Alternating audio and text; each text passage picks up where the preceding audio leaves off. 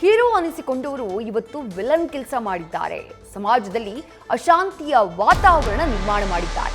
ಇದರಿಂದ ನಮಗೆ ಬಹಳ ದುಃಖ ಆಗ್ತಾ ಇದೆ ಅಂತ ಹೇಳಿ ಚನ್ನಬಸವೇಶ್ವರ ಶ್ರೀಗಳು ಹೇಳಿಕೆಯನ್ನ ಕೊಟ್ಟಿದ್ದಾರೆ.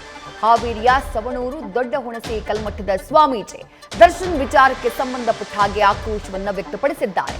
ದರ್ಶನ್ಗೆ ಶಿಕ್ಷೆ ಆಗಲೇಬೇಕು ಅಂತಾನು ಸ್ವಾಮೀಜಿ ಒತ್ತಾಯವನ್ನ ಮಾಡಿದ್ದಾರೆ. ಒಂದು ಕಾಲ ಇತ್ತು, ಸಿನಿಮಾ ರಂಗದವರನ್ನು ನೋಡಿಕೊಂಡು ನಮ್ಮ ಹುಡುಗರು ಪರಿವರ್ತನೆ ಆಗ್ತಕ್ಕಂತಹ ಕಾಲ ಒಂದಿತ್ತು.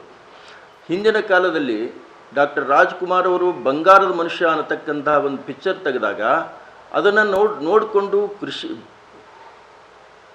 ಒಳ್ಳೆ ಎಜುಕೇಷನ್ ಪಡೆದಂತಹ ಯುವಕರು ಕೃಷಿಯಲ್ಲಿ ತಮ್ಮ ಪ್ರಯೋಗವನ್ನು ಮಾಡಿ ಬಂಗಾರದ ಮನುಷ್ಯ ಪಿಕ್ಚರ್ ನಂಗೆ ರಾಜ್ಕುಮಾರ್ ರಂಗೆ ಆಗಬೇಕು ಅನ್ನತಕ್ಕಂಥ ಆಶಾಭಾವನೆಯನ್ನು ವ್ಯಕ್ತಪಡಿಸ್ತಕ್ಕಂಥ ಕಾಲ ಒಂದಿತ್ತು.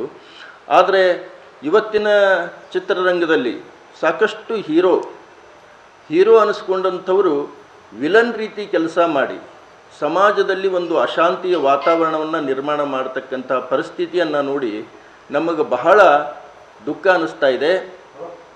ಮಾನ್ಯ ದರ್ಶನ್ ಅವರ ತಂದೆಯೂ ಕೂಡ ಒಬ್ಬ ನಟರಾಗಿದ್ದಂಥವರು ಇವತ್ತು ಕೊಲೆ ಪ್ರಕರಣದಲ್ಲಿ ಅವರು ಬಂಧಿಯಾಗಿದ್ದಾರೆ. ಮಾಡಿದ ತಪ್ಪಿಗೆ ಅವರು ಶಿಕ್ಷೆಯನ್ನು ಅನುಭವಿಸಲೇಬೇಕು ಅನ್ನತಕ್ಕಂಥ ಇರಾದೆಯನ್ನು ನಾವು ವ್ಯಕ್ತಪಡಿಸ್ತಾ ಇದ್ದೀವಿ. ಸಾಮಾನ್ಯನಾದಂಥ ಒಬ್ಬ ಅಭಿಮಾನಿಯ ಕೊಲೆಯನ್ನು, ರೇಣುಕಸ್ವಾಮಿಯವರ ಕೊಲೆಯನ್ನು ಮಾಡಿದ್ದು ಮಹಾ ಅಪರಾಧವಾದಂಥ ಕೆಲಸ. ಅವರ ಮನೆ ಪರಿಸ್ಥಿತಿಯನ್ನು ಇವತ್ತು ನೋಡಲಾಗಿ ಅವರ ಧರ್ಮಪತ್ನಿ 5 ತಿಂಗಳ ಗರ್ಭಿಣಿಯಾಗಿರ್ತಕ್ಕಂಥದ್ದನ್ನು ನೋಡಿ ಮನಸ್ಸಿಗೆ ಬಹಳ ದುಃಖ ಅನ್ನಿಸ್ತಾ ಇದೆ. ಇಂಥ ಕೃತ್ಯ ಯಾರೇ ಮಾಡಿದರೂ ಕೂಡ ಖಂಡನೀಯವಾದಂಥದ್ದು. ನಮ್ಮ ರಾಜ್ಯ ಬಹಳ ಶಾಂತಿಯಿಂದ ಇರತಕ್ಕಂತಹ ರಾಜ್ಯ. ಇಂಥ ರಾಜ್ಯದಲ್ಲಿ ಇಂಥ ಘಟನೆಯಾಗಿದ್ದು ಬಹಳ ಖಂಡನೀಯವಾದಂಥದ್ದು. ಆ ರೇಣುಕಸ್ವಾಮಿಯ ಕುಟುಂಬಕ್ಕೂ ಕೂಡ ನಾವೆಲ್ಲರೂ ಸಾಂತ್ವನವನ್ನು ಹೇಳಲಿಕ್ಕೆ ಇಚ್ಛಪಡ್ತಾ ಇದ್ದೀವಿ. ಹೀರೋ ಆದಂಥವರು ಅವರು ಒಳ್ಳೆಯದನ್ನು ಕೊಟ್ಟಿದ್ದನ್ನು ನಾವು ಆರಿಸಿಕೊಳ್ಳೋಣ, ಅವರ ಮಾರ್ಗದರ್ಶನವನ್ನು ನಾವು ಪಾಲನೆ ಮಾಡೋಣ.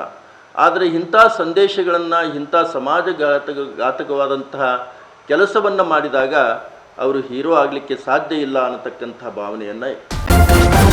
ನ್ಯೂಸ್ ಫಸ್ಟ್ ನಿರ್ಭೀತಿಯಿಂದ ನಿಮ್ಮ ಪರವಾಗಿ.